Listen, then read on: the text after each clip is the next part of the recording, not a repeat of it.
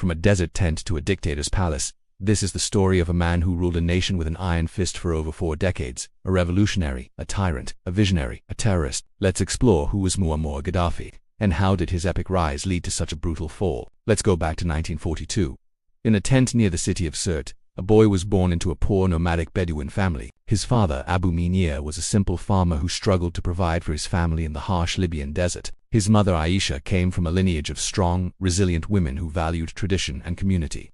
Together they instilled in their son the importance of perseverance and the rich cultural heritage of the Bedouins. This upbringing would later shape his identity and ambitions in ways that would leave a lasting mark on Libya and beyond. This was Libya under colonial rule, a place where foreign powers held sway. As a teenager, Gaddafi saw injustice everywhere. When oil was discovered, the wealth flowed not to the people, but to the monarchy and its Western allies. This inequality fueled a deep resentment in the young Gaddafi. He looked to the north, to Egypt, and saw a hero in Gamal Abdel Nasser whose message of Arab nationalism and anti-imperialism captivated him.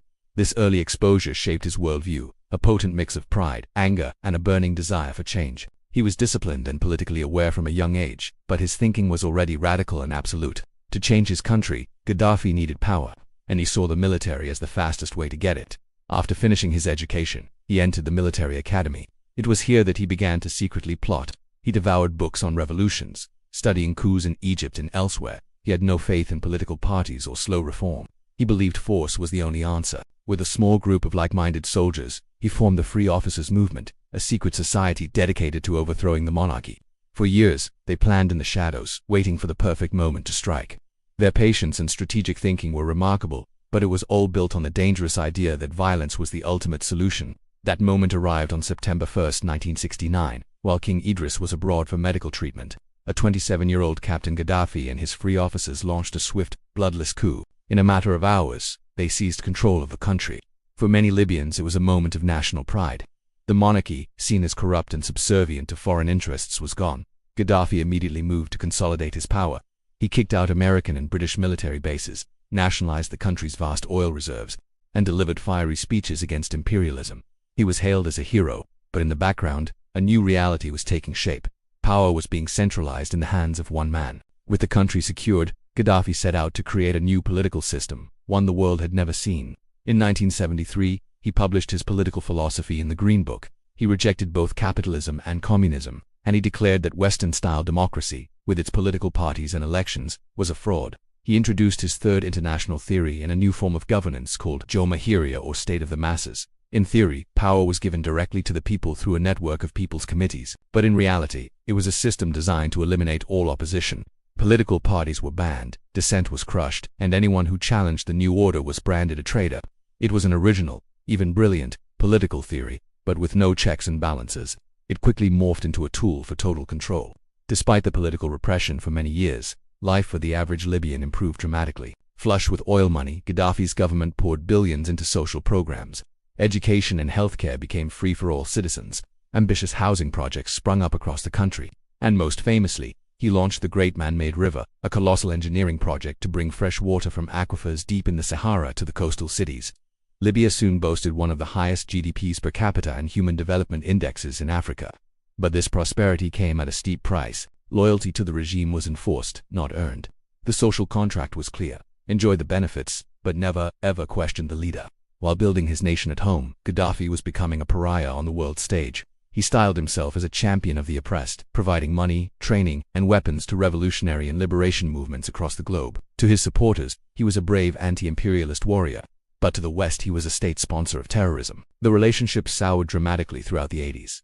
Tensions culminated in the 1986 U.S. bombing of Tripoli and Benghazi.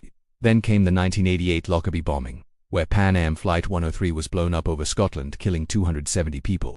Libya was implicated, leading to years of crippling UN sanctions that isolated the country from the world. Faced with international isolation and economic hardship, Gaddafi proved to be a master of survival. During the 1990s and 2000s, he began a slow, pragmatic pivot. He strengthened ties with Russia and China, signing lucrative arms and energy deals. He began to rebuild bridges with the West, taking responsibility for the Lockerbie bombing and paying compensation to the victims' families. It was a remarkable diplomatic comeback. By the mid-2000s, Western leaders were once again visiting Tripoli. This adaptability kept him in power, but it showed he was a pragmatist, willing to shift his principles to suit his needs. As Gaddafi re-engaged with the world, his focus shifted from pan-Arabism to a new grand vision, a United States of Africa. He poured Libya's wealth into the continent, funding projects and earning the loyalty of many African leaders. He was a key force behind the creation of the African Union and became its chairman, pushing for a single African currency and a common passport. He envisioned a powerful, independent continent free from foreign influence. It was a bold, ambitious dream, but to his critics it was just another ego-driven fantasy, an attempt to style himself as the King of Kings of Africa. Then, in 2011, everything changed.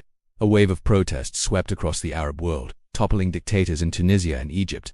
The Arab Spring had arrived in Libya.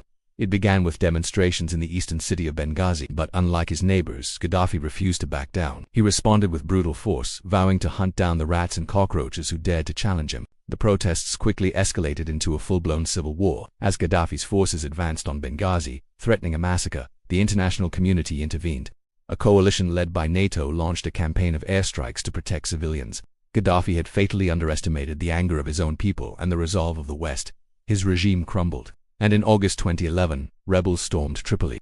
After the fall of the capital, Gaddafi fled to his hometown of Sirte, making his last stand. On October 20, 2011, a NATO airstrike hit his convoy as he tried to escape.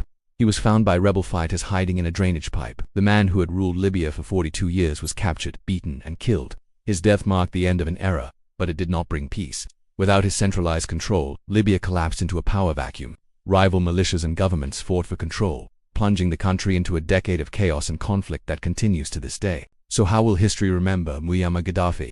Was he a builder who lifted his people from poverty, or a destroyer who left his nation in ruins? A visionary who dreamed of a united Africa, or a tyrant who murdered his own people?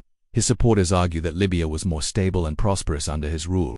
His critics countered that it was a stability built on fear and oppression. The truth, as it often is, lies somewhere in the complex, contradictory space between. He was a revolutionary who became the establishment, a liberator who became an oppressor. The story of Gaddafi is a cautionary tale of how the pursuit of absolute power corrupts absolutely, leaving behind a legacy of brilliance and brutality, triumph and tragedy. Thanks for watching. If you found this story compelling, be sure to like this video and subscribe to the channel for more deep dives into the figures who shaped our world. See you next time.